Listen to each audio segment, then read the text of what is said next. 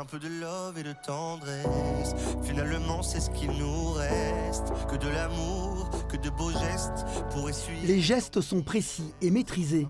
Sur l'un des murs du gymnase de la ville, ces artistes réalisent une fresque de 45 mètres de long sur 5 mètres de large.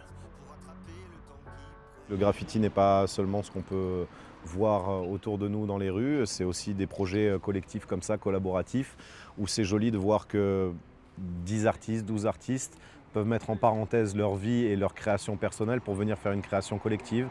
Toutes les techniques de l'art urbain sont utilisées pour mettre en valeur cette œuvre monumentale. Peinture acrylique, bombe ou encore pochage. C'est la technique qu'utilise l'artiste Pogo qui vient d'Angleterre. Sa création a nécessité 140 heures de préparation. Là, c'est imprimé sur du papier standard d'imprimante. Et après, c'est découpé et suivant les couleurs, je passe à la bombe. Et tout est découpé à la main. Une trentaine d'artistes est venue de toute la France pour exprimer son talent et surtout pour symboliser l'amour. Des collages et des cubes en bois de 2 mètres de côté sont exposés dans les rues de la ville. Originaire de la région parisienne, Julie Regard pose le sien pour la première fois au festival La Colle-sur-Love. Je connais l'amour, je sais un petit peu, j'ai un petit peu d'expérience et puis là, basiquement, voilà, j'ai pris modèle sur ma famille. Donc là, je représente mon conjoint et ma petite fille qui sont en train de se faire un gros câlin.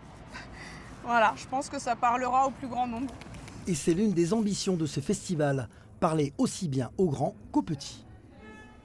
Les cubes en fait sont démontés à la fin du festival et chaque œuvre est présentée dans les écoles de la ville.